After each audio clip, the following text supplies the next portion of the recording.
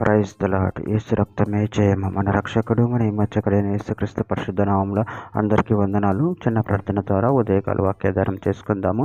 పరిశుద్ధుడ మహాగణుడు అనే దేవ యేసయ్య సర్వాధికారినైనా మీకు వేలది వందనములు కృతజ్ఞత స్తుతిస్తుడం చెల్లించుకుంటున్నాను. దేవ ఉదయకాలం ప్రభు వాక్యభాగం ధ్యానిస్తుండగా వాక్యభాగం అర్థమవుట్లు సహాయం చేసి మీ కృపలో బలపరిచి మీకు మాదిరిగా మమ్మల్ని అనిపించి మీ చిత్తం మా జీవితంలో జరిగించమని చిన్న ప్రార్థన యేసుక్రీస్తు పరిశుద్ధ నామములు అడిగి వేడుకుంటున్నాను తండ్రి. Amen amen.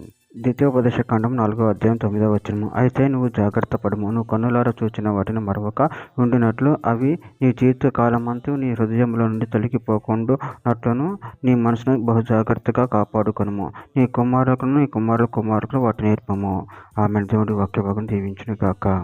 ప్రభునందు ప్రియులారా, ఇక్కడ వాక్య భాగంలో గమనించినట్లయితే అయితే నువ్వు జాగ్రత్త పడము, నువ్వు కన్నులారా చూచిన వాటిని మరవక ఉండినట్లు అవి నీ జీవిత కాలమంతా నీ హృదయంలో నుండి తొలగిపోకుండానట్లు నీ మనసును బహు జాగ్రత్తగా కాపాడుకొనుము. నీ కుమారులకు వాటిని నేర్పము.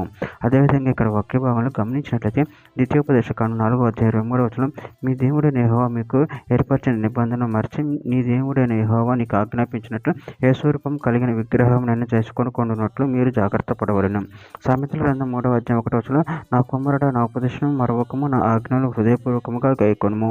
సామెతల గ్రంథం 3వ అధ్యాయం 3వ వచనం, దయను సత్యమును ఎన్నడూ నిన్ను విడిచిపోనీయకము, వాటిని కంఠాభూషణంగా ధరించుకొనుము, నీ హృదయమును పలక మీద వాటిని రాసుకొనుము. కీర్తన గ్రంథం 119వ అధ్యాయం 11వ వచనం, నీ ఎదుట నేను పాపం చేయకుండానట్టు నా హృదయంలో నీ వాక్యం ఉంచుకొని ఉన్నాను. సామెతల గ్రంథం 3వ అధ్యాయం 20వ వచనం, నా కుమారుడా రహస్యమైన జ్ఞానమును వివేచనను భద్రం చేసుకొనుము, వాటిని నీ కన్నుల ఎదుట నుండి తొలగిపోనీయకము. ప్రకటన గ్రంథం 3వ అధ్యాయం 3వ వచనం, నువ్వు ఇలాగ ఉపదేశం పొందితూ ఎలాగూ వింటివో జ్ఞాపకం చేసుకొని దానిని గైకొనుచు మారు మనసు పొందుము. నువ్వు జాగ్రత్త ఇంటిని ఎడల నేను దొంగ వల్ల వచ్చేదను, ఏ గడి నీ మీదకి వచ్చేదని నీకు తెలియదు. సామెతల గ్రంథం 1వ అధ్యాయం 8వ వచనం, నా కుమారుడు నీ తండ్రి ఉపదేశం ఆలకింపమని నీ తల్లి చెప్పు బోధన త్రోసివేయకము.